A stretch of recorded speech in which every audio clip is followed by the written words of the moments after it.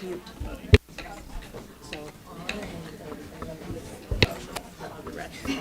it push and hold?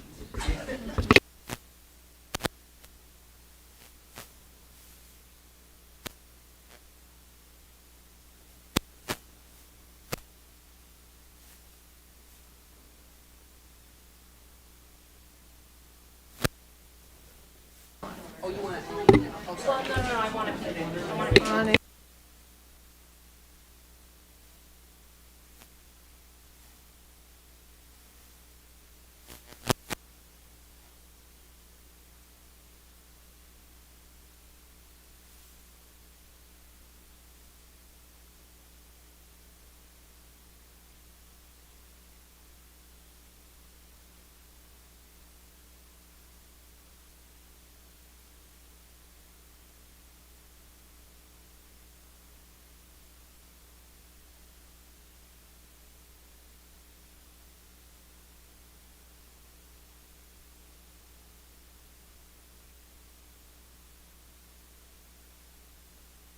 Okay, welcome everyone.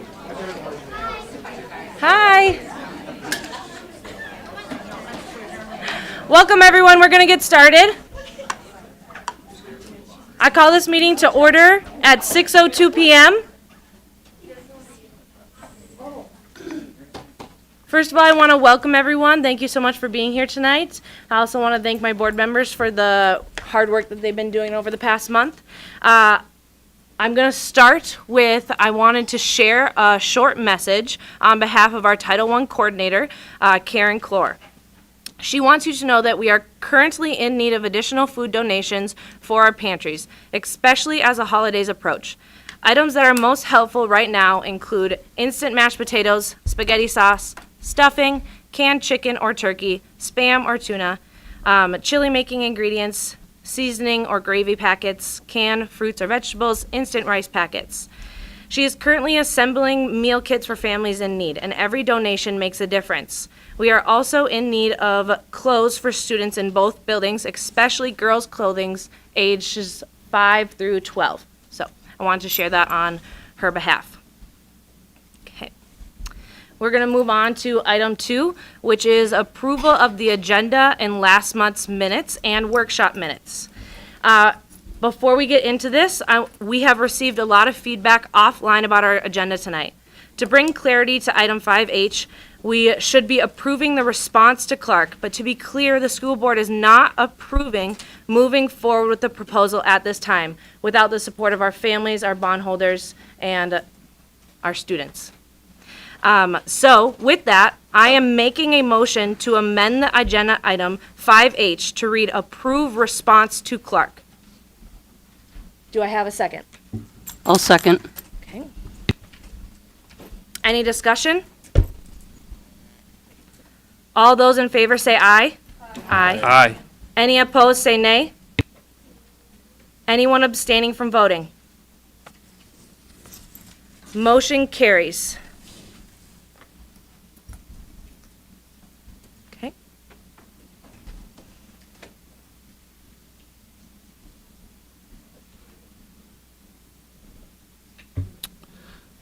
Madam Chairperson, I would like to make a motion to amend the agenda to add a closed session pursuant to Minnesota Statute 13D.05, subsection 2B, for preliminary consideration of allegations of charges against an individual subject to the board's authority.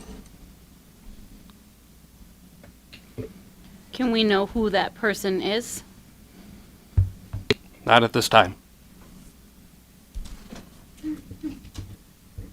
Do I have a second? I'll second. Any discussion? All those in favor say aye. Aye. Any opposed say nay.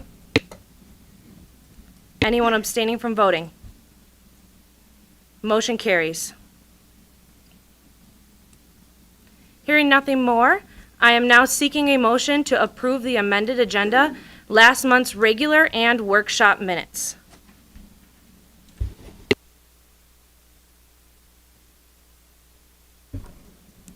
I'll make a motion to approve the amended agenda of last month's minutes and this month's agenda. I second. Any discussion? All those in favor say aye. Aye. Any opposed, say nay. Anyone abstaining? Motion carries. We're now on to item 3, which is community comment. Before we get started here, I just want to remind everyone that since we have multiple people wanting community comment, we are going to limit each person to 1 minute. The first person who would like to talk is Tanya Hildman. I invite you to our podium, please.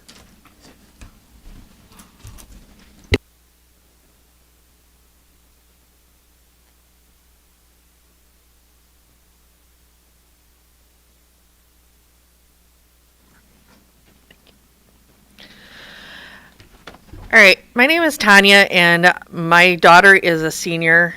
And one concern I have about moving students to the K-6 building is there's no room for sports. It is not a facility that has a gym big enough for the sports. A lot of our student athletes are amazing athletes and amazing students, and at larger schools would not be able to be student athletes. And I think that's a very important piece to take into consideration. Another piece I'd like to have you guys consider is the fact that we just moved all of the 7th and 8th graders up to the high school. And what's going to happen to the, so we're going to just up and move everybody down here now? That doesn't make any sense as to why we did that, if that's what we're going to end up doing. And I have a fear that there's going to be a lot of teachers that may decide to leave as well because of the lack of stability. The last thing I want to say is that 2 seconds. The last thing I want to say is that we just did improvements to the upper school a couple years ago, and we are still paying on those. And so if we close that building, why did we do those? That makes those adjustments to that building null and void, and now we're paying for something we're not even using. Thank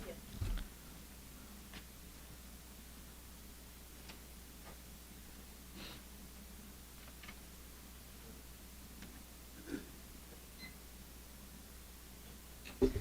You can, yep. Go ahead, Cecilia. To mention, if anyone who's speaking tonight brought their comments in writing, if you wouldn't mind leaving them with our board secretary, Jessica, on the end, it would be helpful. But otherwise, we're taking notes up here. For notes. Yep. Okay, thank you. Next person who wanted to share was Abby Rasmussen. I invite you. My name's Abby Rasmussen. I have a 7th grader and a 10th grader. Just some things that I want to say from being on the board before. I know that we have to do something because we don't have the funds to keep both buildings open, but I think we need to discuss this as a community versus just going and doing it. I also think that our enrollment has dropped 150 students in 2 years. The behaviors are terrible. Things need to be done. We're losing families left and right. Teachers, our retention rate is awful. Like something else is going on and it needs to change. I just think that people are leaving. Teachers are leaving. Our retention is awful. It's just something has to change. People need to be held accountable for not doing the right thing. And I just think as a community, people need to step up and work together. Thank you. Christopher. Oh. Next person I believe to be Christopher.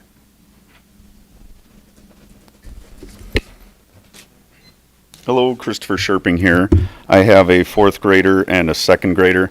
My 4th grade student has been through 6 teachers in the past 4 years. As the previous speaker, they had mentioned about teachers and students and discipline and several other things that are going to need to be attended to, because this is a little confusing for our students. And going through that many teachers, and then in our Phi Ed there was 3 teachers, it's going to be an issue. I definitely think that the funds are going to have to be brought down to one school if this continues. Definitely the teachers are feeling left out, and we want to make sure they're taken care of. Thank you. Thank you. Next person for community comment is Dana.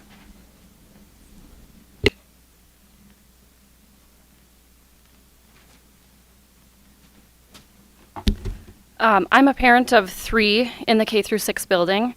I feel like I've been an active participant in Cecilia's district advisory meetings, sharing my perspectives each quarter. And for years, I felt confident promoting NLA as a hidden gem, and I was eager to help the school grow. We've been through some changes over the last few years, and I feel like what initially attracted us to this school, it has changed. Why we came is a big reason. I think a lot of other families came, but there are other reasons too, and I feel like those other reasons have also changed. Since the big move to moving the 7th and 8th graders up, there's been changes, like others said. Losing 150 students is a lot. Instead of placing another temporary Band-Aid on the issue, I think we need to do something to make NLA stand out. Over the last 2.5 years, we've drifted away from the qualities that originally attracted the families, the small class sizes, a neutral, traditional learning environment. I'm deeply concerned that moving forward with the new proposal will result in further enrollment loss rather than the stability that needs to be built. Once families leave that are currently here, we can't grow those numbers back. How could we grow 150 at that current rate? I think that the board needs to return to the drawing board and develop a strategy that truly distinguishes NLA from surrounding schools. Our long-term success depends on it.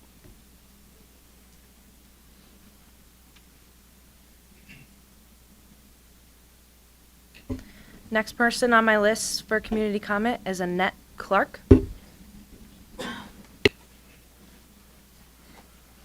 Hello, I'm Annette Clark. I have 4 kids at the high school.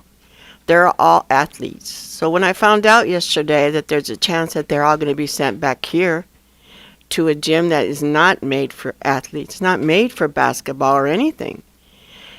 We came to Forest Lake because of IEP, because of this school. We moved from St. Paul here 5 years ago. It's very important that there is other things happening in the school. There is bullying, there's kids smoking vapes. There's a lot going on that wasn't going on when we first came here. Something has to be done. Yes, there's money needed, and we have to start fundraising. Maybe a few people up on the board that get a lot of money every year maybe have to think about coming down a little bit to help the school. This is about the kids. This is about a school that's very important, and people talk about the school all the time. Let's keep it the way it is. Thank you. The next person on my list for community comment is Alicia Enger.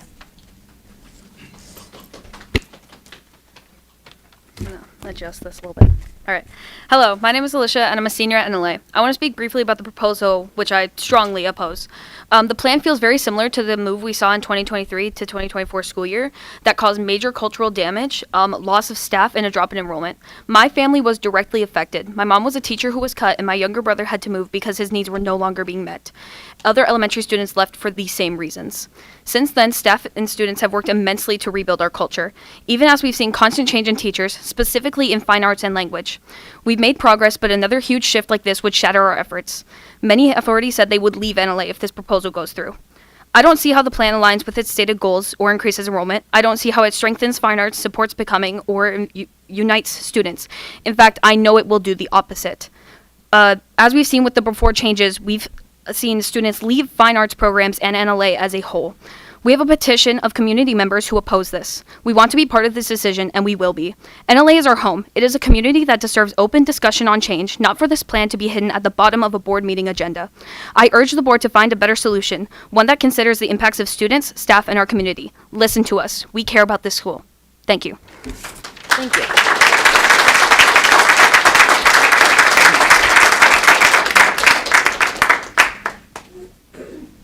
Next person for community comment is Amber Huff.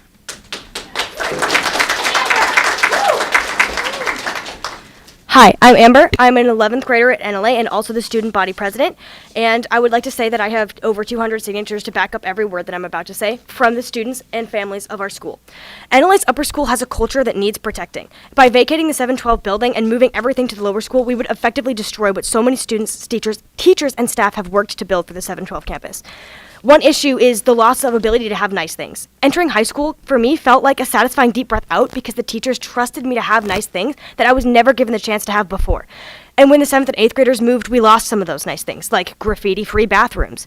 And we've worked so hard to build that back, and we have, although it's still a work in progress. But by destroying the upper school and moving everything here, we would effectively shatter that culture.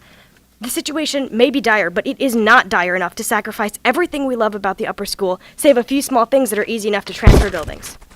We don't want the school to go bankrupt, but those who signed this petition believe that moving everything to this building, this small building that cannot support everyone, it's just not the way to solve this problem.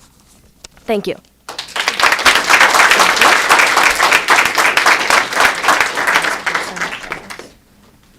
The last person I have for community comment is Travis. I'm Travis. We have two kids here. We came to the school to leave a public school and to actually see some change, and it's been really good. Our kids love it here. This doesn't feel right. It doesn't seem right, and there's just so many things going on that it seems behind the doors and what's going to have to happen going forward. And we don't want to pull our kids, but at some point, if it's chaos here, what are we going to do? And we have to watch out for our best interests of our children, right? This is where they want to be, and we want that to stay that way. And at the end of the day, we're going to have to decide what's best for them. And I just think this school's not right and that school's not right, and there has to be some kind of middle ground that we're going to have to reach of something to make all of this work. So they're the ones that, we're fighting for. So thank you.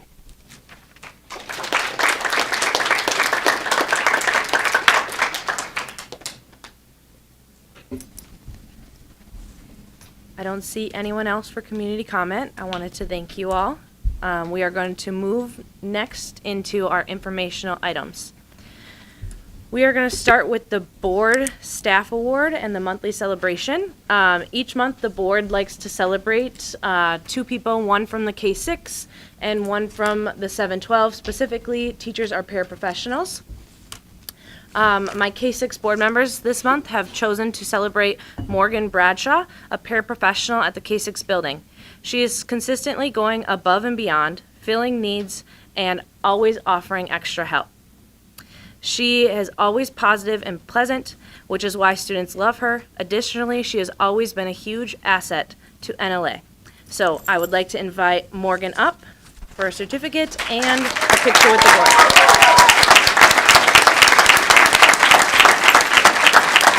If you want to come around, we'll get a picture. All right, you know the drill, people. Gather around. We'll have you be front and center right here. Right in front of the light? Yeah, it's not as working as good. Can we be up a little so the light's not shining? Yeah, we can. Does that work? You tell us. Is it too bad, the Or should light? we move somewhere? Okay. Yes, we can go this So way. as far that way as we can.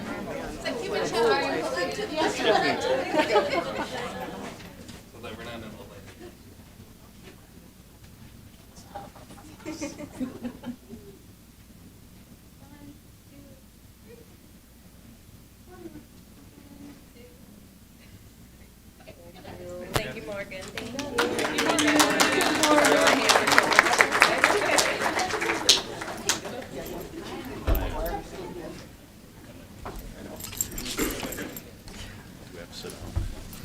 I know. All right. And then, of course, we want to also celebrate someone from the 712. And so this month, myself and Miss Anderson, the 712 members, chose Bailey Mueller, a paraprofessional as well, at the 712 building. She is well known at the upper school for her funny and bubbly personality. She creates meaningful connections with students and is always the first person to step up when we need extra help and support, wherever it may be. So I invite Bailey up.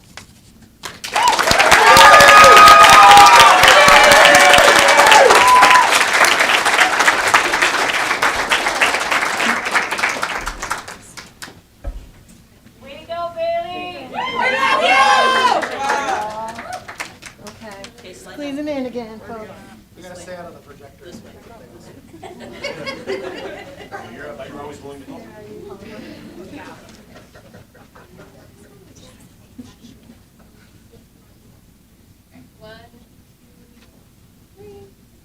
One more, 1, 2. Thank you, guys. Thank you.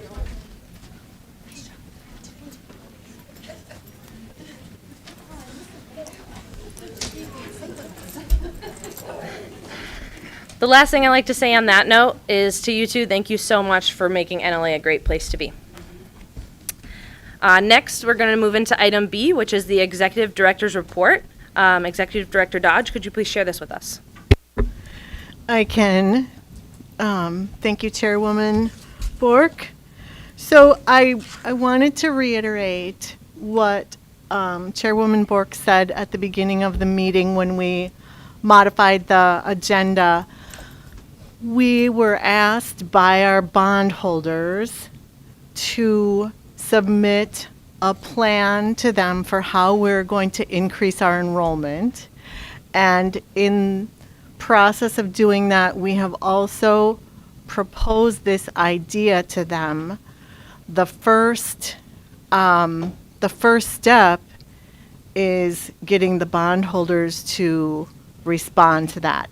So that's the first step. So once we get some kind of response from them, that is when we would come back out and get more community input, lots of community input.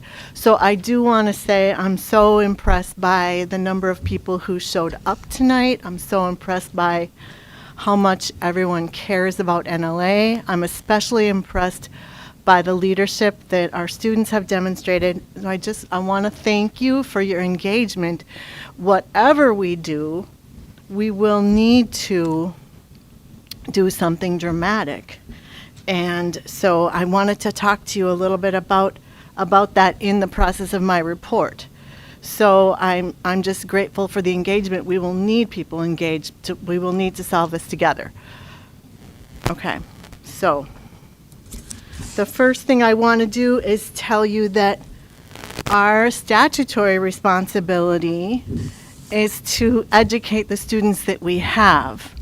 And so there's a lot of emphasis right now about increasing enrollment, and of course that's important.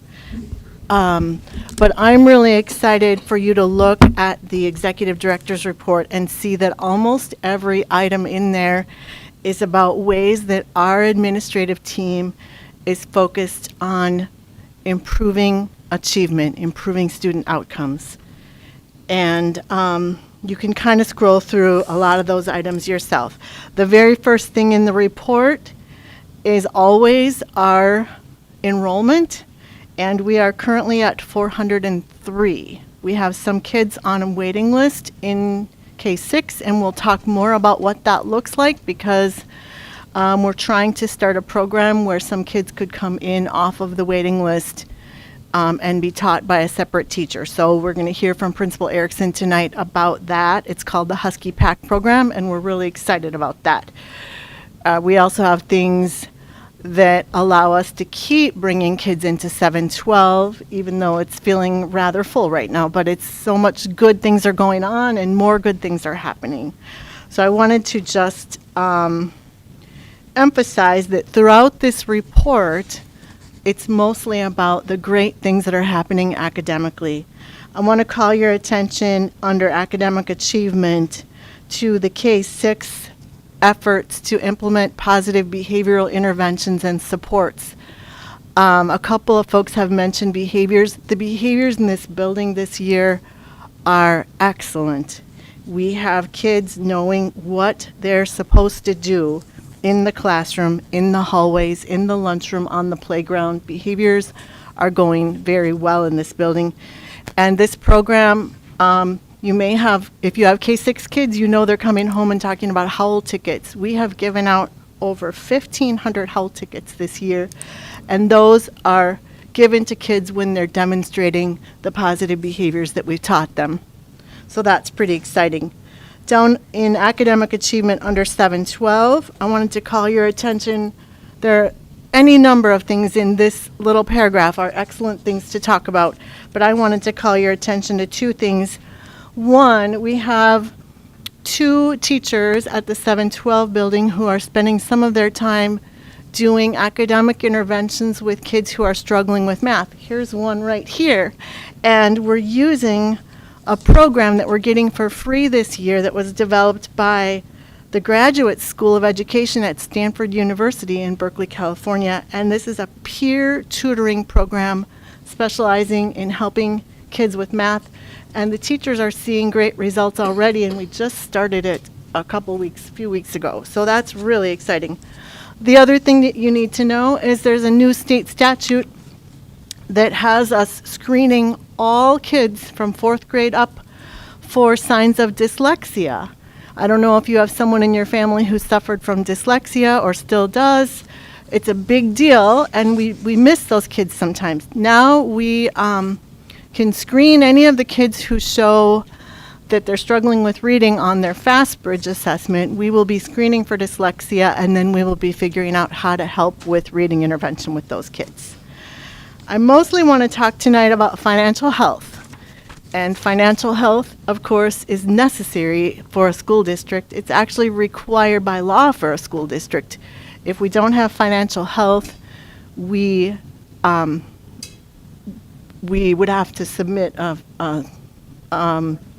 statutory operating debt plan to the state. And so we're not there yet, but we are not financially healthy because of these lease costs. So I wanted to talk about that a little bit. When we get to the proposal, we're going to talk about what financial unhealthy looks like. But I guess I first want to talk about a couple other things in financial health. Parents should have received an ambassador toolkit coming home with your kids in their backpacks last week or the week before. And that's asking you to be ambassadors for North Lakes Academy. If you didn't get one, it would be an envelope with 3 little wrapped up bundles in it and a little NLA decal for your car. If you didn't get it, ask your child's advisory teacher or your child's homeroom teacher in K6, because we're asking our families to help spread the word about NLA, and we've given you a toolkit for doing that.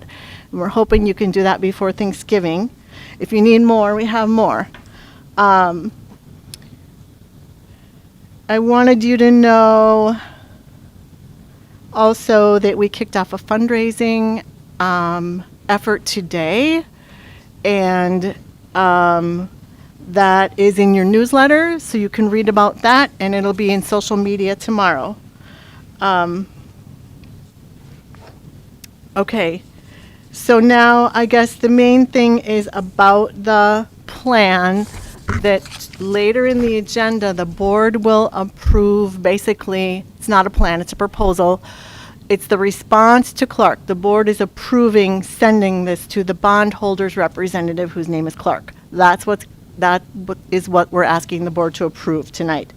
And if you were to click on that actual response to Clark, which I'm looking for right here, the main thing you need to know is in the introduction, and I want to read it to you. Everything you need to know is right there. This is our 26th year. Our financing was secured in 2019 and 2021. Our buildings are financed together in one set of bonds, like one mortgage. The financing documents assumed an enrollment of about 900 kids by now. But our highest enrollment ever was 607 in 2022-23. And it's been dropping every year since. And many school districts in the state of Minnesota and in this area also have declining enrollment. So this is not unique to NLA.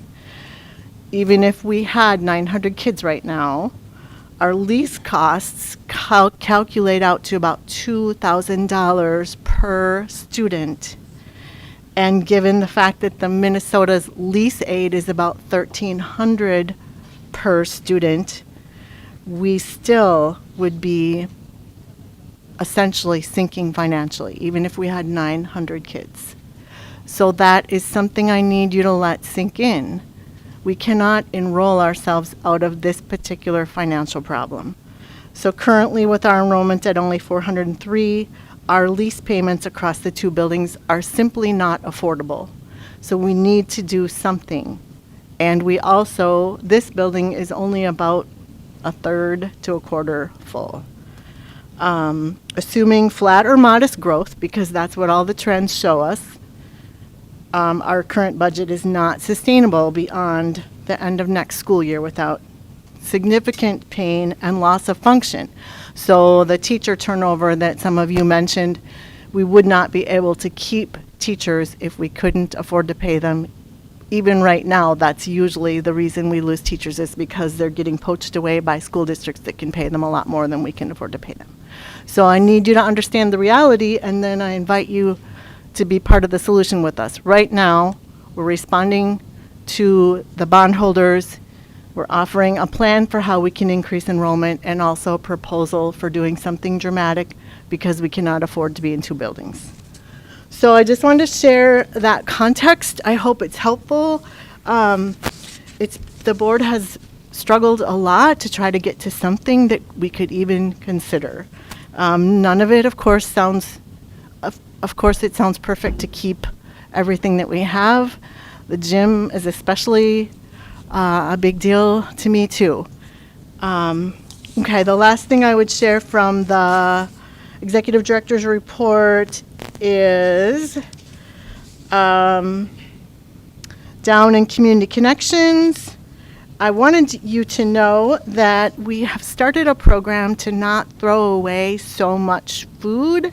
And at the 712 building, the kids are gathering their food that they're not eating into buckets. And we have an employee who may be in this room who's taking it home to her chickens. And we are keeping 40 pounds a day from going into our trash, which is better for the planet, better for our trash bill, and better for the chickens. So I'm really excited about that. That's a real example of how we can be more of an environmental school. The last thing I'll share is that on the back of this report, we have our fall Fast Bridge reports. Fast Bridge is a benchmark assessment we give in fall, winter, and spring in reading and math to let us know how our kids are doing. And I am excited that the fall report, the fall results show that a higher percentage of our kids are showing no risk or low risk of failure in reading. So that's good. I'm not so excited about our math yet, but it's only fall. So we usually take a whole year's worth of data. So that's the end of the actual executive director's report. I'll pause for questions, and then I'll hit these other three items underneath the item. Board members, this is your time to ask questions.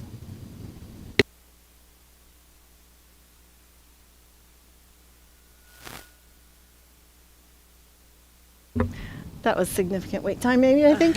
There's always time for questions, too.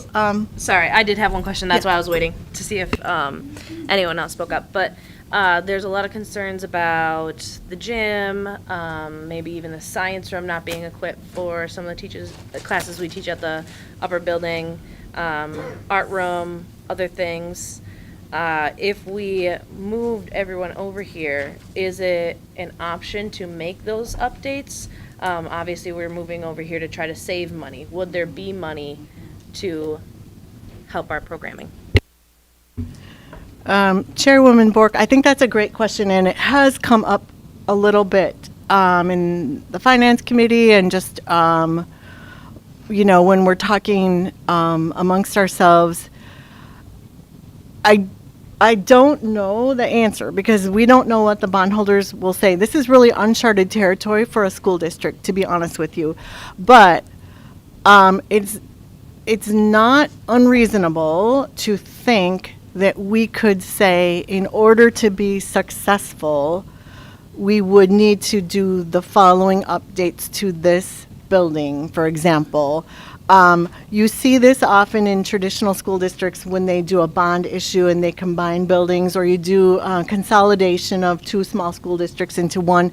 You do see them financing the change. And yes, the main goal would be to save money on our lease payment and maybe cut it in half or something like that. But part of it could be we need to take that gym apart and move it over piece by piece. We need to put in an athletic field over here. We need to update the science classroom. We need to move the kiln over, something like that. So I do think all of those things could be possible if we are able to convince the bondholders that the following updates would be needed to this building to make it successful and make it a place that our students and our staff would want to be.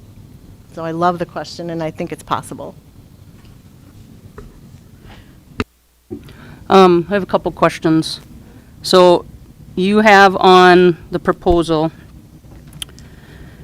that using 12 full-size classrooms on the main floor for grades K through 6.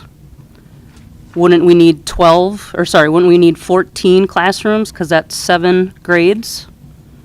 So that's not enough classrooms. And also just I could talk about PE and athletics all day, but I won't. That's not viable to have 26 sections for PE in that small gym. It doesn't matter if there's a curtain there or not. I have been in there in the past when they're trying to teach 2 classes at the same time, and it sucks. It is not conducive for the amount of kids that we would have. The lunchroom alone, if you're talking lunch service, that's 3 to 4 hours to get all the kids through there for lunch. And honestly, I don't think moving everybody over here is the best decision. I think there's other things we can look at, because I honestly believe that if we move everybody over here, it's a death sentence. You will have staff, families, and kids leave, and then there won't be anything left. So I think we really need to work hard at bringing more people in to have conversations about what are some other options we can look at. Because I know I have been a part of this community for 10 years, and it's an amazing community. And I know there's things that we have to do, and there's a lot of work to do, but I know that this is a community that will rally around us. But we need to make sure that we are doing it the right way. Thank you.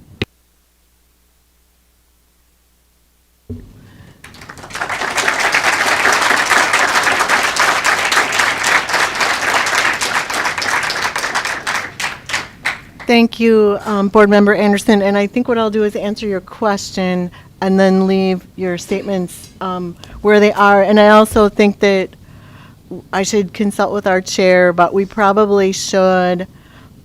I wanted to be able to share some things from my perspective as the executive director about this proposal in my section of the agenda. But I think we'll probably have a lot of the deliberation when we get to this item in the approval section of the agenda.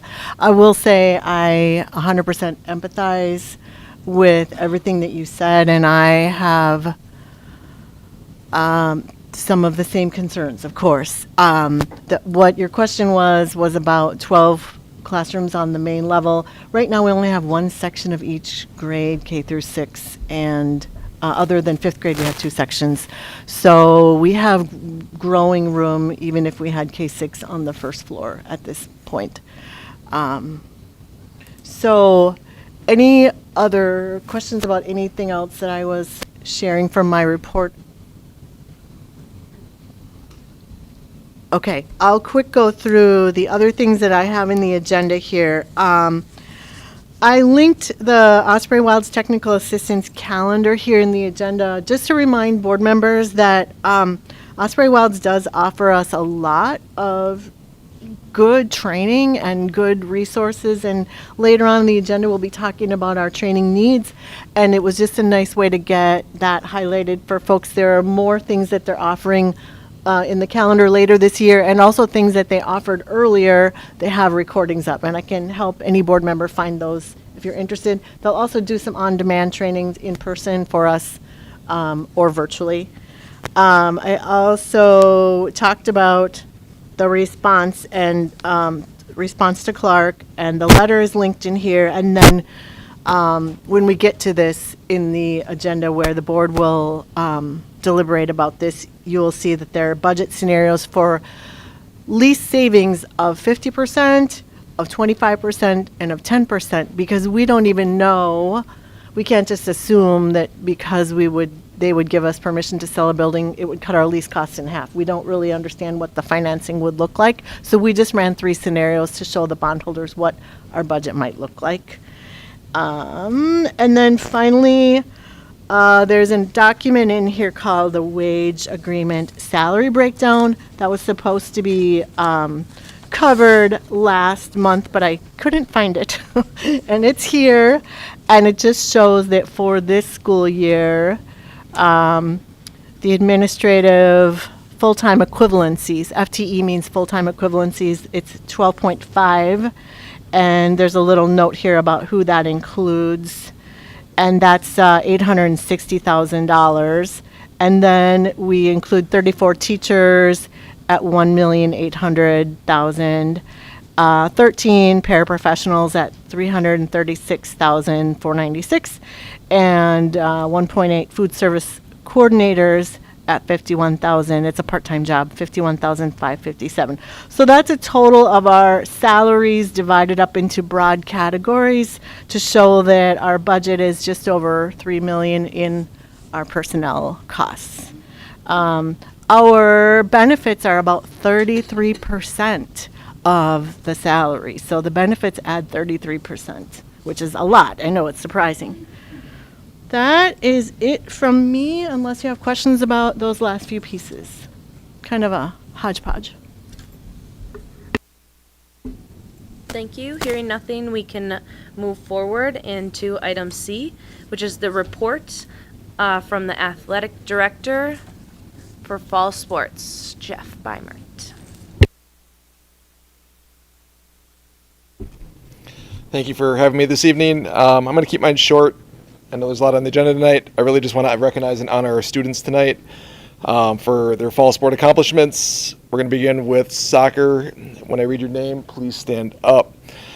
This fall, we had 2 academic all-conference award winners in soccer, which is a 3.5 GPA or higher. Those are Evan Anderson and Bristol Beimert.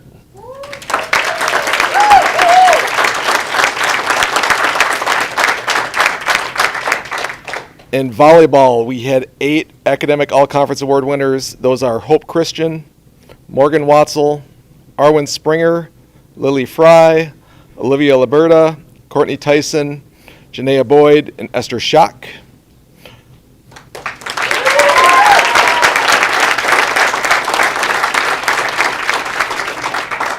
We also had 1 all-conference honorable mention for volleyball. That was Hope Christian, who is not in attendance tonight. Go Hope! And then also keeping with that theme of strong academics, we had 4 volleyball team members be academic all-state team members. That is given to seniors who have a 3.8 GPA or higher, so it's pretty impressive. That goes to Hope Christian, Morgan Watzel, Arwen Springer, and Lily Fry.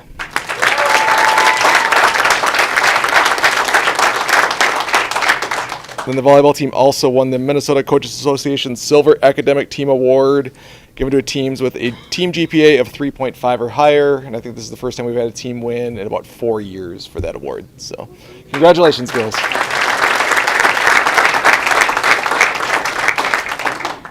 I think that's all I got for tonight, unless you have any questions.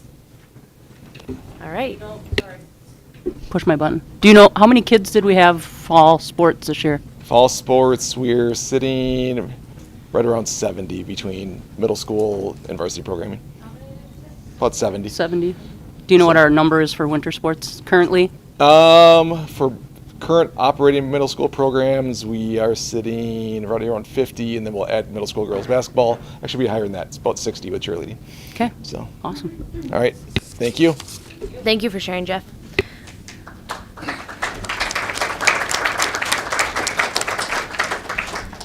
Okay, we will move on to item D. Item D is the board training on special education. We're very excited for this because it's been a long time coming. It kind of keeps getting pushed back, but we are looking forward. So that's Tracy Ogren and Janelle Lavore. Hi, I'm so glad you all showed up for this presentation. I'm assuming that's why you're all here. No, it's great to be here. I am Tracy Ogren. I'm the new Director of Special Education. I have really enjoyed getting to know all of our students and our amazing staff. So thank you for welcoming me into your community. And I'm Janelle Lavore, one of the special education teachers. I also have my work-based learning coordinator license, and I'm a administrative intern. Yes. I'll look this way. So you can actually skip down to slide 3. So what is special education? It is specially designed instruction that is meant to meet the unique needs of our students with disabilities. It's governed by the Individuals with Disabilities Education Act. And we'll talk a little bit about what some of these are, but it ensures a free and appropriate public education in the least restrictive environment. There are lots of legal foundations. I'm not going to bore everyone, but you're welcome to look those up. But there's lots of different foundations that help us determine what we need to provide and how we need to support our students. A couple of key terms, if you hear them. Individual education plan is the plan that a student has if they qualify for special education. It's an agreement between the family, the student, the school on what types of services we provide a student, and it's updated every year. Free and appropriate education is just meant that all of our students are provided with a free and appropriate education. So when we talk about what needs to go into an individual education plan, it's really around what supports does a student need in order to ensure that they are accessing their education. Then least restrictive environment talks about, we know that being with peers and in classrooms is the best place for students. And so it's always a balance when we talk about how much special education service do we want to provide versus how much do we want them in that general education environment. And so we always want to make sure that we're starting with the least restrictive, that students have access to everything that every other student has access to, although then as the needs get higher, we may have to balance that out with some of our specialized services. Child find is our obligation that we need to ensure that if we suspect a disability, we're doing our due diligence and doing an evaluation to see if a student would qualify. Awesome. As you can tell, in special education, we like our acronyms, so we got a lot more coming for you. Just be prepared. There's 13 different disability categories under IDEA. We must demonstrate that there's an educational impact that requires the special education instruction for our students. So here are the 13 disability categories between this slide and the next one. Severely and multiply impaired, autism spectrum disorder, blind visually impaired, blind deaf, deaf and hard of hearing, developmental cognitive delay, developmental delay, emotional or behavioral disorder, other health disabilities, physical impairment, specific learning disabilities, speech or language impairment, or traumatic brain injury. So when you are looking at, after you've gone through the child find process, there is a referral that comes to our special education team. Within that referral, then the team decides, yes, they would evaluate the student. So we have 30 days once the parents sign off on the evaluation to do the evaluation. Then we determine eligibility, if they're eligible or not for special education services. If they are eligible, we sit down and develop an IEP for each individual student. Then we work on implementing that IEP, and then we have an annual review with quarter-based progress reports that we would send home to the families, along with their report cards. The different components of an IEP is you start with the present levels where they're currently at, based off of their current needs in the classroom, as well as the evaluation report. We talk about their performances, what they're great at, areas we would like to see them grow in. Then we create measurable annual goals based off of their needs that are stated in the evaluation report and their current needs in the school system. that align with the evaluation report. And then we give them services, their supports, their accommodations and modifications on how we can level the playing field for our special education students who struggle to be at grade level with the rest of their peers. So we bridge that gap for them with these accommodations and modifications. And then we progress monitor as teachers. We make sure that we are giving them what they need and monitoring it so that when report cards come, we have the data to prove that they are getting the services that they are elected to have. And then LRE, the least restrictive environment placement, we want to make sure that they're with their general education peers as much as possible. And one thing we've done here at NLA is we've started to push into the classrooms to really support them more in the general education rather than pulling them out as much, so they get to be with their peers. So specifically at North Lakes Academy, we have 7 special education teachers, 13 paraprofessionals. I'm just going to point out that 2 of them were recognized tonight, so go to those 2. We just really have a fabulous special education staff. Then we also have 2 speech language pathologists, an occupational therapist, a social worker, physical disability teacher that only joins us for students that qualify within that category.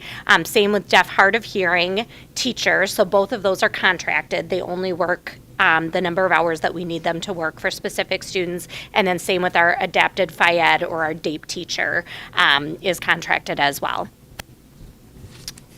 We currently have 133 students on IEPs, which is about 33% of our school population.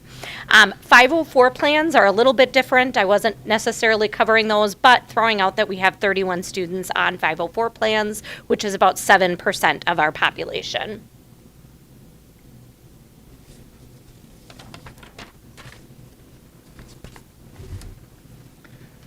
Procedural safeguards are the parents' rights for their IEP. There's offered to them once a year at the IEP meeting and then also throughout the year if the parents request them as well.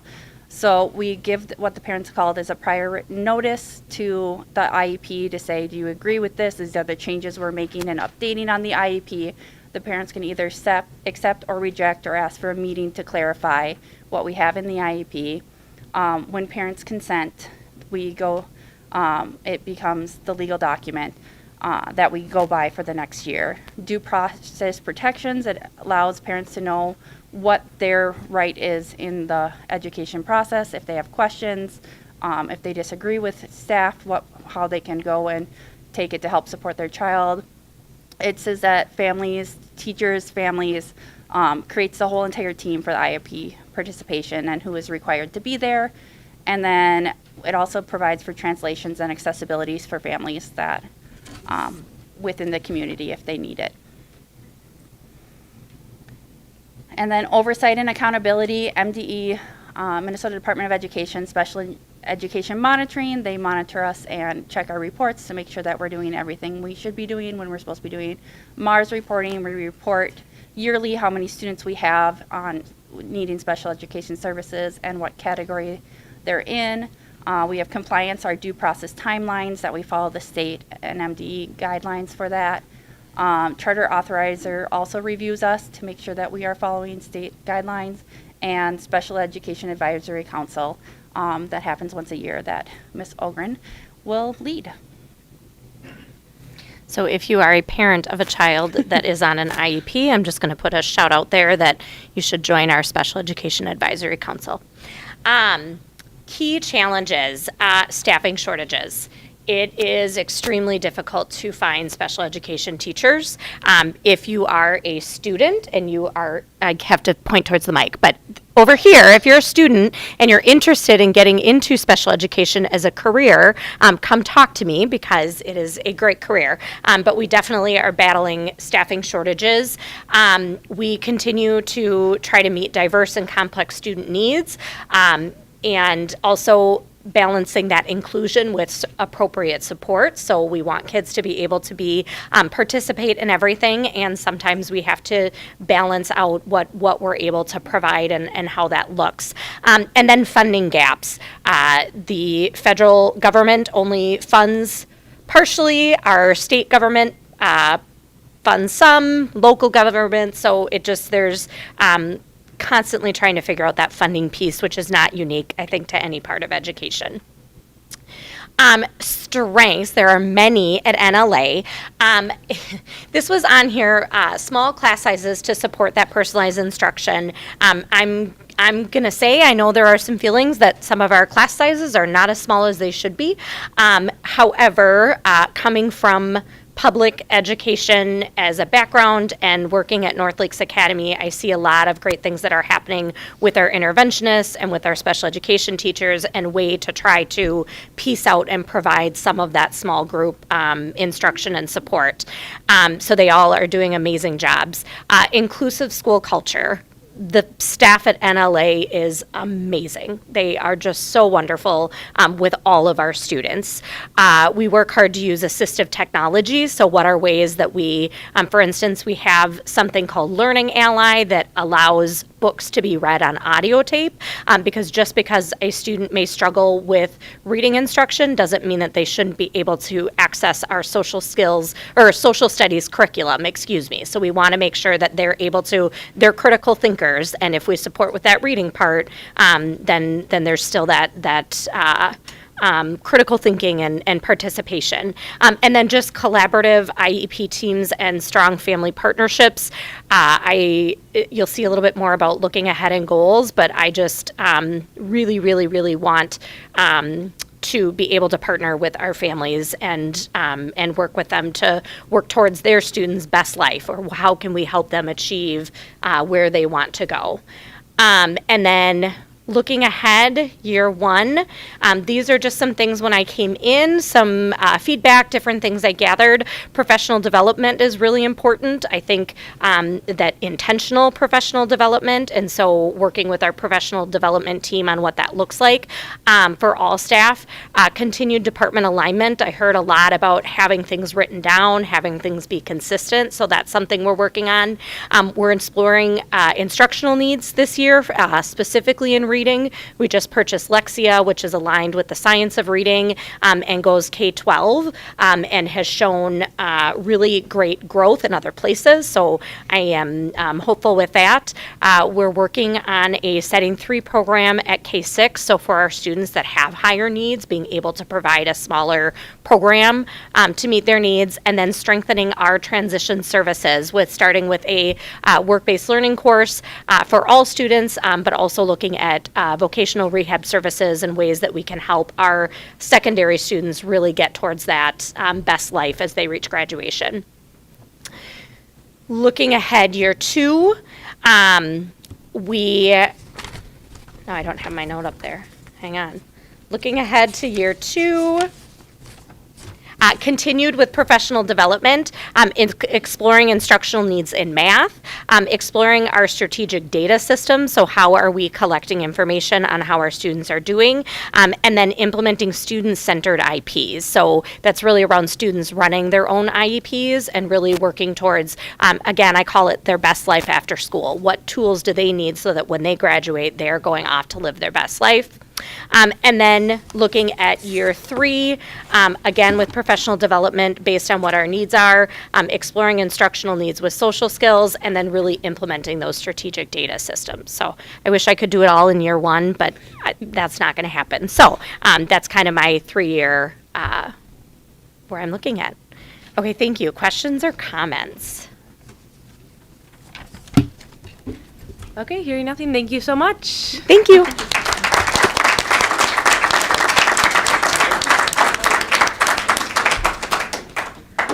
Moving on to item E, that is our policy committee minutes. This is just for your record. We're going to talk about policies later on in the agenda, and if you want to come back to this to review them, then you are certainly welcome to do that. Item F is the report from the DEC committee, and I'd like to invite Treasurer Dale. Could you please share with us what's going on with the DEC? Yes, so this month we met with the DEC as a group as well. We finished up a survey that was presented to the administrative staff. The survey came back to us, and we have summarized the data, and met with Cecilia about the data. But we are still going over that information and trying to move forward with other steps. So that is where we're at right at this time. Sounds good. Any questions? I'm assuming more to come on that in the future, so thank you. Hearing nothing, we'll move on to item G, which is an annual assessment of the board training needs. So first of all, board members, thank you so much for filling out the short survey that I sent to you last week. It is our goal to reflect as a board on our training needs. Our top trends were budgeting, financial management, and management accountability for the executive director. I feel that we should decide on 3 trainings that we will complete as a board by the end of the term. I was wondering, do we want to go with our top 3 or change it up just a bit? It does seem that budgeting and financial management seem to be very similar. If you look at the link with the attachment, I did list at the bottom all of the options that were presented to you. Any thoughts on that, board members?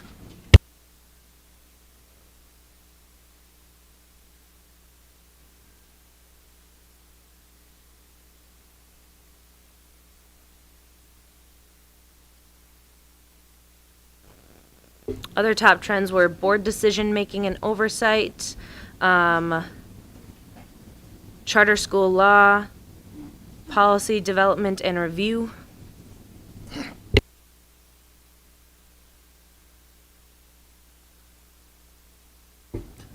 I guess I would say that based on the top 2 with budgeting and financial management, you could probably combine those 2 together, is my thought, and then get more into, the management, executive director accountability, and then maybe select one more that's higher.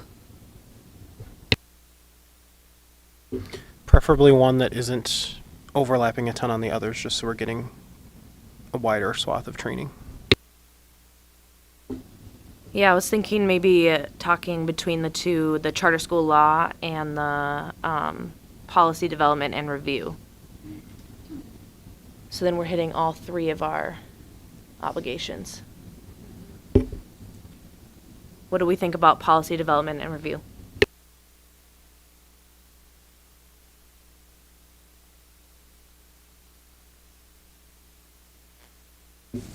I agree with that one, or potentially the board decision making, and I'm not sure what the rest of that is, but it's the third window. Would be, yeah, an oversight. That would be my secondary option. Board decision making and oversight? Yeah. Okay. I'm hearing board decision making and oversight. Okay. Make a note to myself and then we'll move along.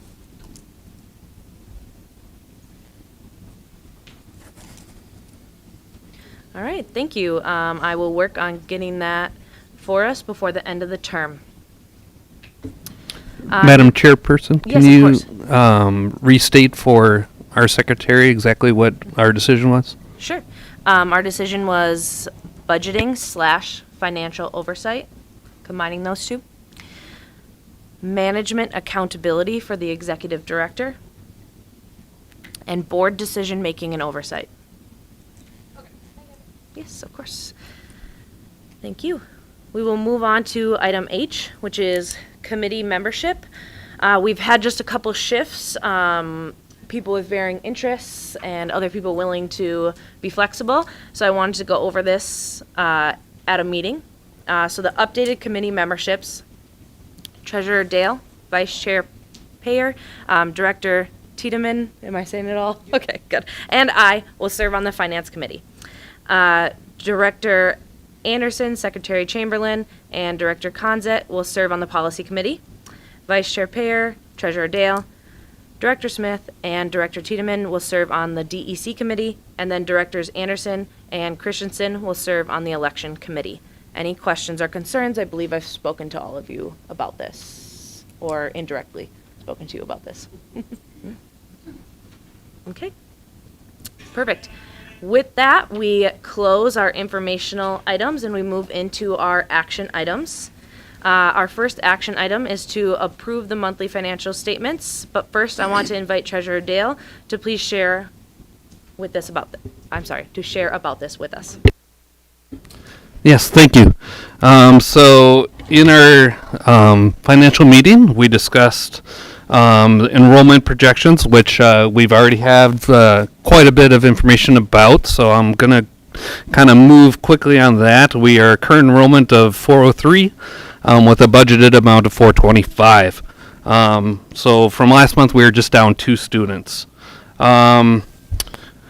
For October financials, we completed 33% of our budget already, or fiscal year already. Our revenues are at 31%, and then our expenses are at 28%. That is consistent basically with what we had last year. We have our revenues coming in a little higher, our expenses being a little bit lower, so as we track throughout the year. So hopefully that will continue. We'll end up to maybe a little bit better at the end of the fiscal year with a little less expenses. We've received our last year's 10% holdback from the state. That is one thing that comes to us delayed because the state has to go through, take a look at our numbers throughout the year, and then gives us an appropriate amount of money for those numbers. So it takes a little while for us to get that money. Am I stating that correct, Ms. Dodge? Okay. And then we're commencing with some budget modifications. Hopefully that we'll get more information on that in the coming months. And then final submission to of our fiscal year ADE is coming up. So we really have to work on enrollment as much as we can so that we can present a really good number to MDE so that we have a good number throughout the last 6 months of the year. So. And then we have an investor check-in coming up, which we've already discussed quite a bit as far as what we need to submit to our bond investors. We have a proposal that we're talking about tonight. Next meeting will be December 9th. And that's what I have. Any questions or discussion points?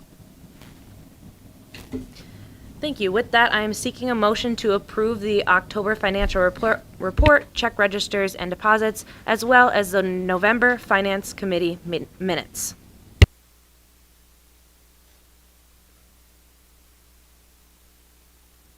I have a motion to seek a motion for the October financial report, check register, deposits, as well as the November Finance Committee minutes. Thank you. I will second. Any discussion? All those in favor say aye. Aye. Any opposed say nay. Anyone abstaining from voting? Motion carries. Okay. Item B, we'll move on to approving the fiscal year 24-25 audit, which is something that was put before us last month and that we have all had time to review. Executive Director Dodge, would you just speak on it for a moment? Sure. If you remember, we had a presentation from our auditor, Zach Sharp. He zoomed in from Duluth, I think, and the audit is here. It's called the financial statement, and our audit had no findings. We just missed the step of the board approving the audit results. So it's a formality for tonight. Perfect. So with that, I am seeking a motion to approve the fiscal year 24-25 audit. I'll make a motion to approve the fiscal year 2024-2025 audit. I'll second that motion. Any discussion? All those in favor say aye. Aye. Any opposed say nay. Anyone abstaining from voting? Motion carries. With that, we'll move on to item C, which is the Husky Pack program. And I will invite Principal Erickson to speak on this. Either way. Either way. Whatever you're comfortable with. And if I could just introduce Principal Erickson too, and let you know that I'm really excited about this Husky Pack program that she's going to talk about. This is a creative way for us to allow kids to come into NLA to grades that are full. We're very full at first grade. We have kids on a waiting list at first grade. We're very full at fourth grade. We have kids on a waiting list. So Principal Erickson has gotten really creative and come up with this pretty amazing program that we're in process of launching. And I'll turn it over. Well, you did my whole second slide, so if you don't mind going to the second one. Exactly that. We're really looking at how can we keep our class sizes where they are, but still bring in our students who are on the wait list. And our Husky Pack program is really about doing that, is bringing in and creating a multi-grade level classroom. It would be ran by a teacher. It would still include all of our current curriculum, so they would still get the same rigor in academics as their peers. It would also combine opportunities for them to be with their fellow classmates. So it would be like their specialists together, recess, lunch. To run the program, we would need a minimum of 6. Our office manager, Kayla, did reach out to our families on the wait list, and we sent out letters, which is attached, I think, on the next one, of just kind of introducing the program and what that would look like. As of today, we had 4 families respond back saying they are interested in the program. I am going to just follow up with the families we have not heard from tomorrow, Wednesday, and just kind of answer any questions they have or just kind of listen to what they want to share too. Again, all of this is hopes of just continuing to bring in some amazing families and build our school community by also keeping our class sizes where they are. So yeah. The last one is kind of just a timeline. We're kind of in the week of the 17th here, and really right now it's looking at scheduling and just being ready. So when we get to our 6th student that we're able to launch a program, we have a teacher kind of set to go. We have the space set up, and just excited to see kind of what happens next, and excited to share this with our families. Thank you. Just to clarify, this is for families who are interested. It's not something that we're putting our students that we currently have in. Correct. Okay. Correct. It's just for students on our wait list, not for current families already here within classrooms. Perfect. I just wanted to clarify that. Yes. Thank you. I appreciate no, that. we're not moving in. Were there any other questions for Principal Erickson? Do you know what ages are currently on board or interested? Absolutely, I do. We currently have 2 first grade families that are interested and 2 fourth grade families that are interested. And then we would separate the curriculum for those grades? Yeah, so that's where I get to have fun with scheduling, making sure they still get their full hour and a half of reading, the hour and a half of or the hour of math. And a lot of that is too of where can we bring in some of our intervention teachers. Sorry, there's a bug here, so I'm going to be swinging. But really, how can we use teachers and bringing them in to help with that too? Because, as many of you may know, I'm all about being a team here. And so I think, for this program to be successful, we will work as a team, and because you're not going to be able to teach first grade reading and fourth grade reading at the same time, and we're not going to even try that. So it's a fun puzzle I love figuring out. So. And you guys are committed to, if we get to those 6 families interested, at least through the remainder of the school year for those families, so they don't have to worry about, the Yes. program isn't out there after 2/3 of the year or something like that. One thing that's really important to me is building a strong program that is going to help bring families to NLA. And so a lot of time and attention is going into those details, because we don't want it to fail and then have that go on to the community of they did this, but then we didn't do it right. So I think taking the time too of making sure there is a program, the scheduling looks good. I want to run it by a team of teachers, because I am a firm believer of more eyes the better, of helping me find those areas I might not be seeing. So yeah, absolutely. I do have a question, and it has to do with our response to Clark, and it goes with this. It mentions that we may, if we don't have the 6 students, that we would put those 2 students, the 2 first grade students and the 2 fourth grade students, in our classrooms. And they're already pretty full. Is that still a plan we're going to do? It's only if there is space in the classrooms. So, yes. Correct. That was a thought to put out there, but at this time, it doesn't make any sense. Those classes are both really full. And I know our second grade teacher is a first year teacher. She's doing an amazing job, but she's a first year teacher. Okay. Hearing no other questions, I'm seeking a motion to approve the Husky Pack program. I move to approve the Husky Pack program. I'll second. Any discussion? All those in favor say aye. Aye. Any opposed say nay. Anyone abstaining from voting? Motion carries. We'll move on to item D, which is our strategic plan, and I invite Executive Director Dodge, to share on this. Thank you, Chairwoman Bork. This is our part of our strategic plan. You guys have seen a big spreadsheet with tabs for each of our pillar areas, and that's still, I would say, only 85% complete. But this is a format that the state is requiring under the statute of comprehensive achievement and civic readiness. That is the old World's Best Workforce. It's the same statute that had us submit an annual report last month. So this is the format that the state wants, and what you will find in here is our academic goals. And if you were to scroll down to starting at the bottom of page 2, you'll see a table start that contains our academic goals. These are our exact goals that we have in our Osprey Wilds contract. Some of them are aligned with the requirements of this comprehensive achievement and civic readiness. So you'll see in column 1, it's our Osprey Wilds contract, where that goal lives. In column 2, it's how it aligns with the comprehensive achievement and civic readiness statute. And then the center column is our strategic, measurable,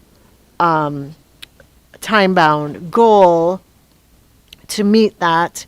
And then benchmarks are the way we chunk the goal out. So this strategic plan purely reflects our academic goals.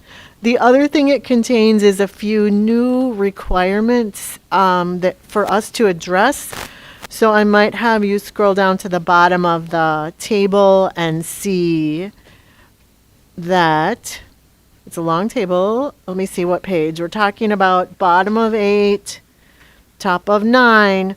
The state requires us to talk about how we're going to assess student progress and instructional strengths, for example. If you go down a little more, how we're going to deal with students who are gifted and talented. How do we deal with early kindergarten admission? How do we disaggregate our achievement data by different student groups, such as our kids who are eligible for free and reduced lunch, our kids who are on IEPs, disaggregated by race, ethnicity. So these are things the state has not asked school districts to address this specifically before, and yet we have a plan for addressing all these things, and they're outlined here. Many of these things were in our annual report already too. So I would say for the board, and I know you read this ahead of the meeting, there's nothing new in here for us. It's just pushing us a little harder, pushing us a lot harder, frankly, to be super accountable to all students' learning. And so this is one of the main reasons why we have this great administrative team. That's one of the main reasons why we need a principal for each building and a special ed director, because there's a lot in here that we're responsible for. And a lot of data, and our operations and data and assessment person, Josh Ogard, is not able to be here tonight. So we just talk about all the ways we will meet these requirements in this report. And I think that's basically what I want you to know. We have to, top of page 12, we talk about strategies for improving instruction and student achievement. And so we've outlined everything we're doing. Starting on page 13, this is the new plan that you guys approved last month. This is how we will address language instruction and education for our kids who are not fluent in English. And, you know, we owe all of our students all of this accountability and all of this high quality. And so it's all here for you. I know this was in front of us last month, but I do want to give an opportunity for any board members to ask Ms. Dodge any questions. Hearing nothing, I am seeking a motion to approve the CACR strategic plan. I'll make a motion to approve the CACR strategic plan. I'll second. Any discussion? All those in favor say aye. Aye. Any opposed say nay. Anyone abstaining from voting? Motion carries. Doing good over there, Secretary Chamberlain? We're good? Okay. Moving on to item E. This is confirming the election committee members. Of course, I told you earlier that that is Directors Anderson and Christensen. This is coming up. It is to start no later than February. This process is clearly outlined in a policy that I'll make sure you both have after the meeting tonight.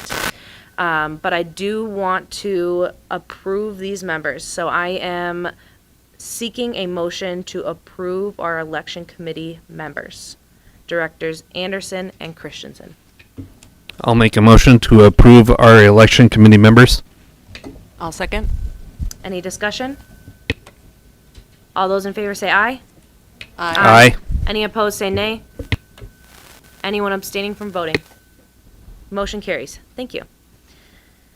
Item F is our existing policies with changes for second read.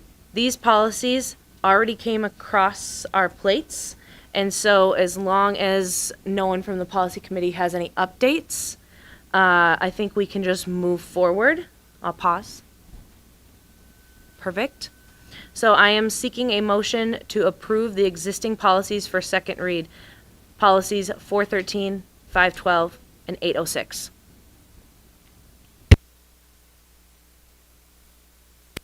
Move to approve policies with changes for a second read, 413, 512, and 806. I'll second that. Any discussion? All those in favor say aye. Aye. Aye. Any opposed say nay.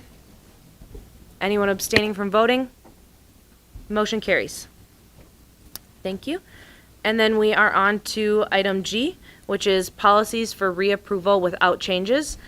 These are policies that have no changes, so policy committee, unless you have anything you'd like to share, I think this should be pretty straightforward. Okay. Then I am seeking a motion to approve the policies for reapproval without changes. I will make a motion to approve all policies without changes. I will second. Any discussion? All of those in favor say aye. Aye. Any opposed say nay. Anyone abstaining from voting? Motion carries.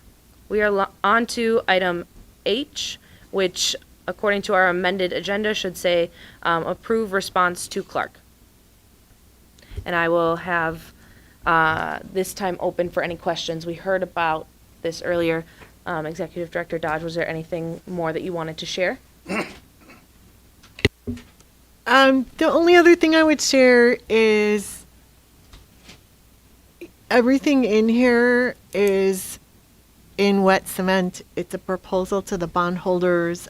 There's a list also of 13 things we're currently doing to increase enrollment. We are doing a lot for a small school, small but mighty, and those are described well in here. You'll also see that there are a few things listed that are on the horizon for increasing enrollment, such as the Husky Pack program, the Edmentum classes that we talked about in last month's board meeting that are happening at 7:12. So I would say it's pretty exciting, everything we are doing. We are always open to ideas for how else we can increase enrollment. We're always open to help. That's why I'm trying to engage families and staff in being ambassadors about NLA, because no one or two people can do this alone. I can't do it alone. But I would just say everything else in here is a starting point. It's in wet cement, and we don't have any idea what the bondholders' reaction will be. We have to start somewhere. It's taken us a long time to get to anything we could even put forward.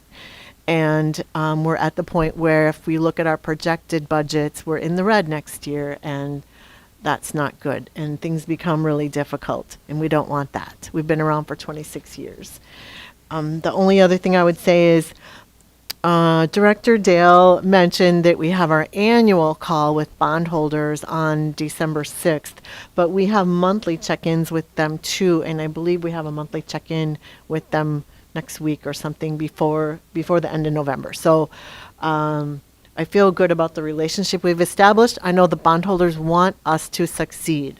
They do not want to own 2 school buildings in Forest Lake. That's not what they want. They want us to be successful, and so do we.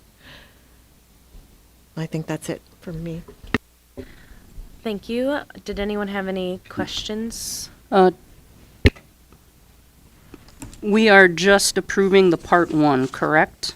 Which is the letter to our bondholders, not the Part 2 proposal? We're approving sending this letter to the bondholders as it's written. We are not approving it as a proposal that we are going to start doing, if that makes sense. Hopefully that was Thank you. clear. Can you say again when the monthly meeting, you said there's the annual coming up, but then there's also monthly meetings? Yep, is this coming week, the 24th, I believe it's Monday. And Morgan sits in on those calls. We're on those calls together. And our CFO, Bridget. So is I'm sorry, You're I'm almost good. done. Is the intent to share this at that meeting with them? No. No, we'll email it tomorrow. If you don't have changes tonight, we'll email it tomorrow. Because they wanted it November 14th or so. We got our letter from them on October 14th, I believe, and they wanted it within 4 weeks. So we're a little bit late, but I asked them to wait until the board could approve it. Well, you answered my question because I was clarifying it was 4 weeks and there wasn't a date on the letter, so I just wanted to confirm that we were riding the edge of that right now already. I noticed that.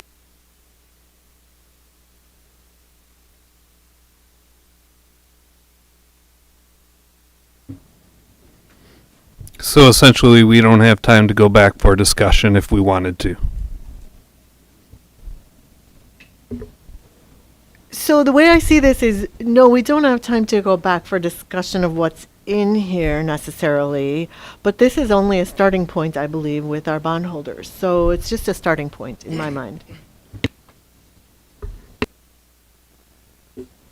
There's a fair chance that they come back with different ideas or say this doesn't work, even if that's something we put through, correct? I mean, that's what we're saying. It's just essentially getting the proposal they asked for of something in front of them. Treasurer Dale, was your point that maybe we want to go back to the drawing board with the input that we've heard from community members, parents, and students? That was implied, yes. Sorry. No, that's okay. I'm just clarifying because I'm on the same page as you, and I know that we did discuss other ideas, and I know in discussions I've had with people after hearing the input from the community, there's a lot of good ideas out there that would be maybe worth discussing. I don't know if it's appropriate to have another workshop meeting where we could discuss this further. And I don't know what other board members think, so I just want to put that out there. Will the bondholders extend? Because I mean, basically they gave us a deadline, we're already past it. I guess that's my concern is, we keep extending.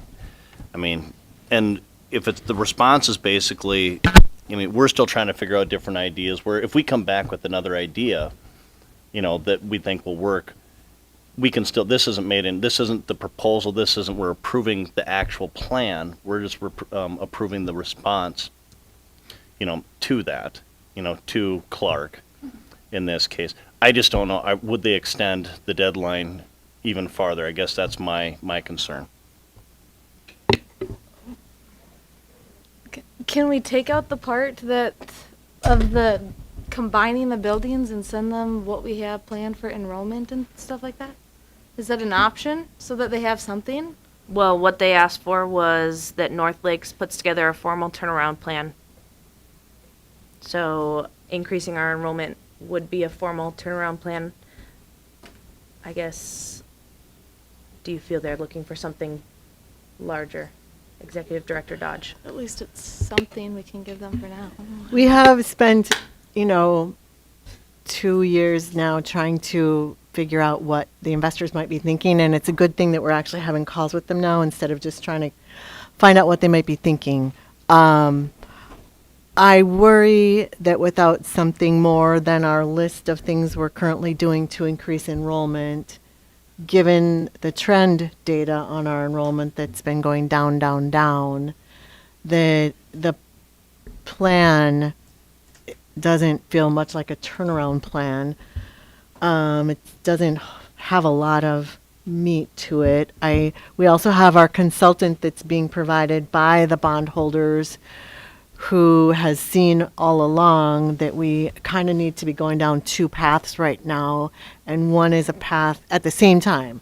One is a path to increase our enrollment, and one is a path that is something much more dramatic, some kind of a large turnaround that will make a change that's different than the small incremental changes we might expect from our efforts to increase enrollment.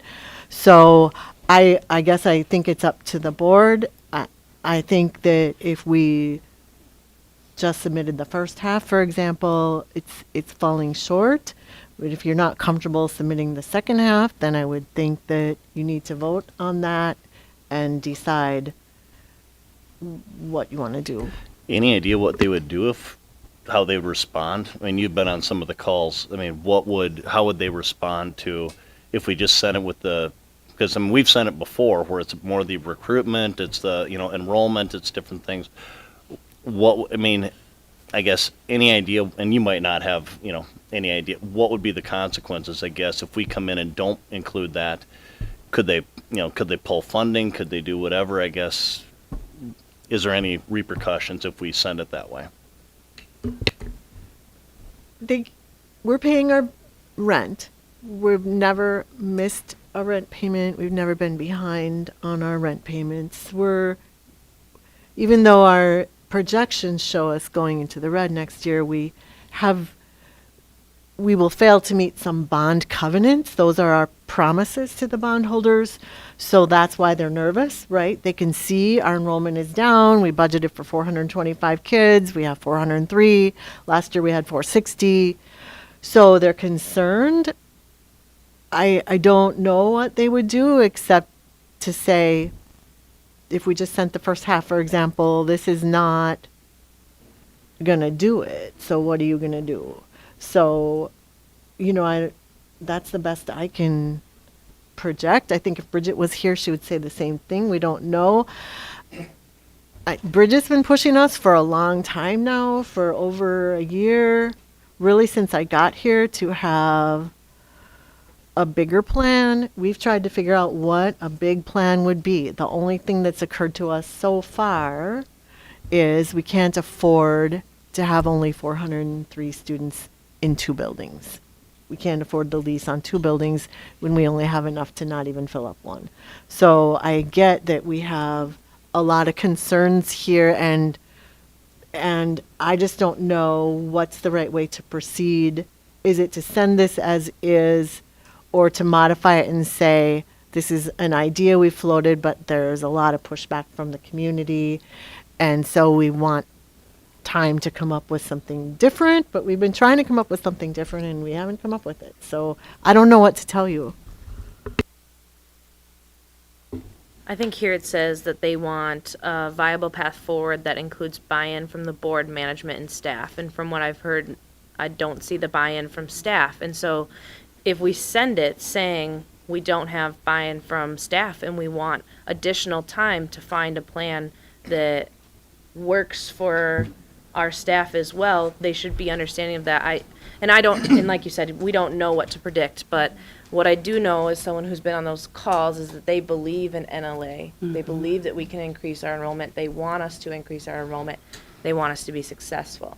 And so if we say we're trying to get feedback from our community and we need to put forth a better effort to do that as well, to come up with a plan that everyone's on board with, I would hope that they would be understanding about that.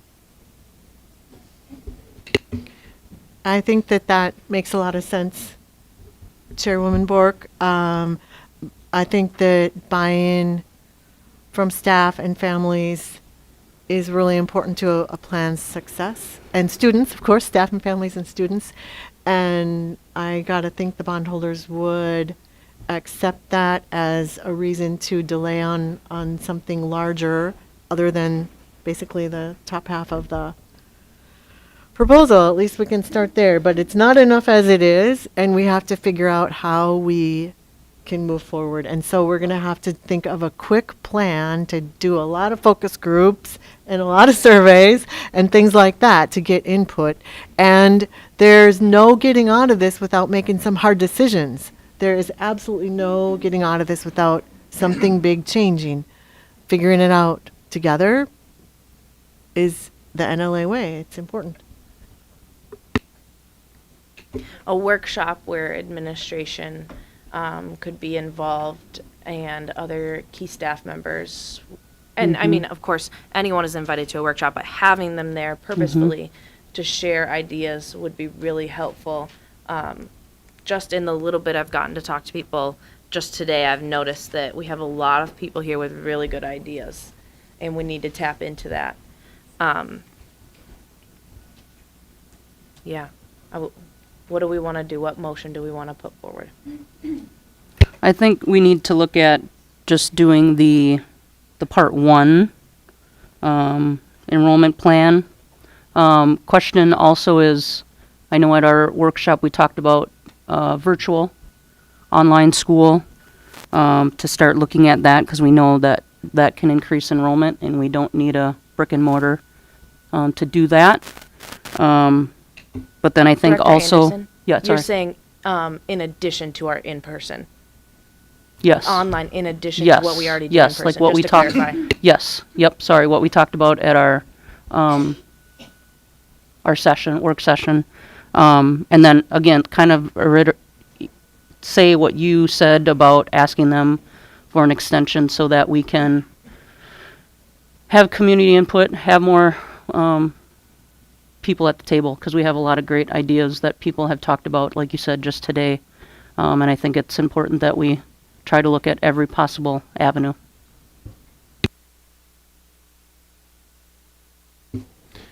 And I just wanted to add also that if we're gonna do that and explore these other options, we can't move slow. We have 6-7 months before the end of this fiscal year. So any of these things, I think it's great. We just have to make sure that we're prepared to, all of us here especially, prepared to give it the time that's needed if we're going to do that, because it's not going to be easy work and it's going to take a lot. And we want to make sure that we flesh out however we proceed at that point to the best of our ability, because we do still have to get bondholder buy-in in addition to our community here.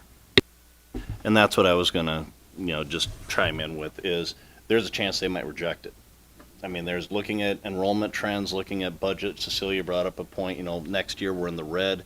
If this were your money and you're looking at this going, okay, you're looking at different trends, we have to also be prepared, if they come back and say, well, the enrollment plan isn't enough.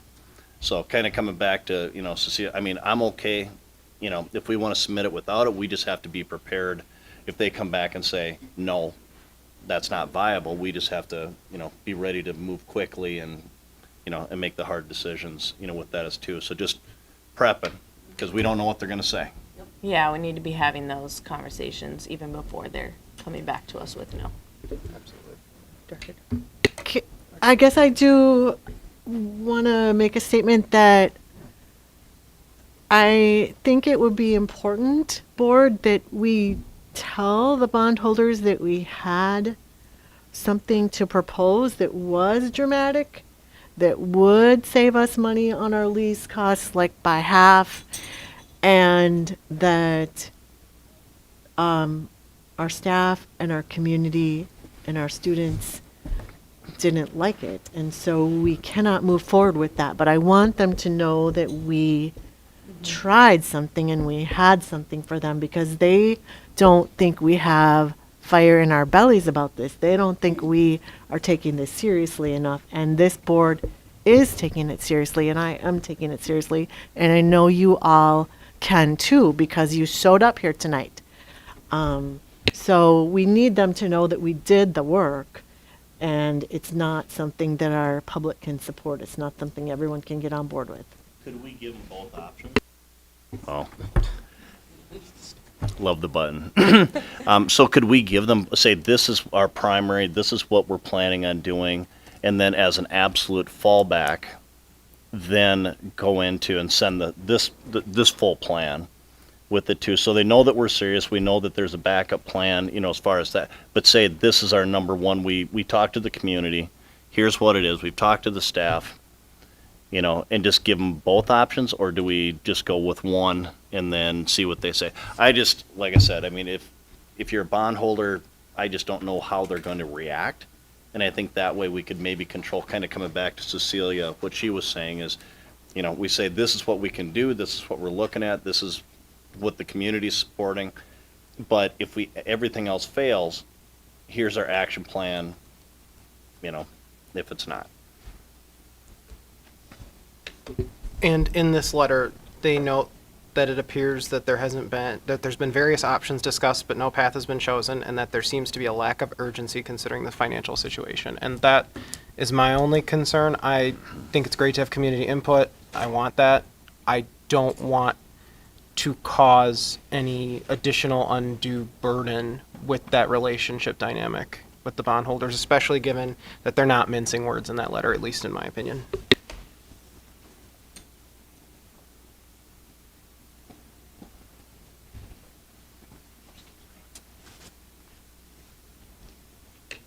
So it'd be your opinion to move forward with what we have proposed? That, or at least state that we created an option that was not well received by our community and our staff. Because I think I agree with Ms. Dodge here in the assessment that we want the feedback. They've shared it so graciously and taken the time out of their day to be here. But we also don't want to appear as if we don't treat this with a sense of urgency, because they've called it out already. Would be willing to call a work session later this week to address the fact that this was not received well by the community. Not that we would be adding, but at least we'd have something to speak about in our meeting on Monday with them, that we've talked about additional options because it wasn't received well.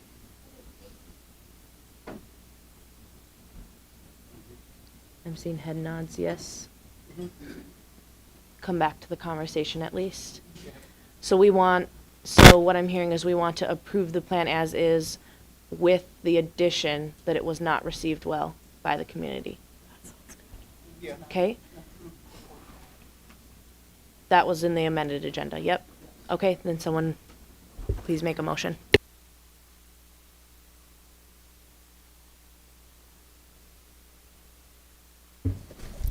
I'll make a motion to approve the proposal that was in the agenda with the statement that we want time to reconsider Part B because it was not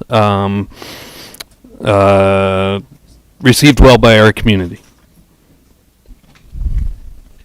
I'll second.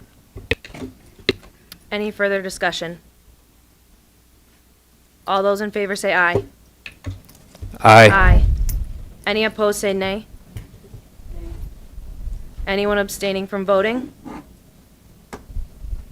Motion carries in a result of 8-1.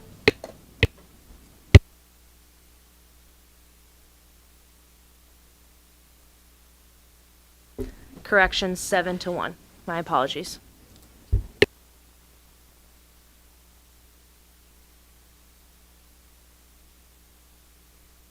Okay, with that, we are moving on to agenda item I, which is approving the executive director's goals.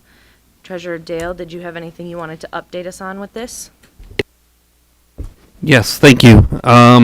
So per last month's meeting, we were asked if we could include a goal that was about increased enrollment.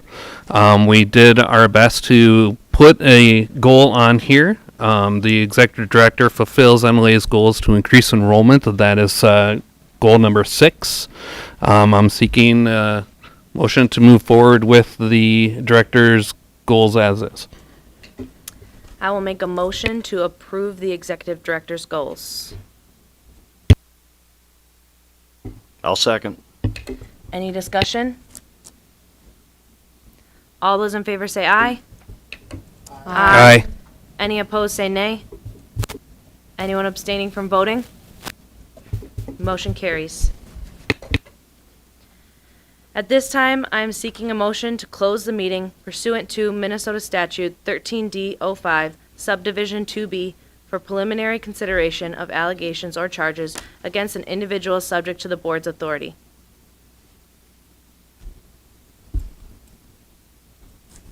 I'll make the motion to close the meeting. I'll second. Any discussion? All those in favor say aye. Aye. Any opposed say nay. Anyone abstaining? The motion carries and the meeting is moving to a closed session at 7:47 p.m. Anyone who is not a voting board member now needs to leave the room.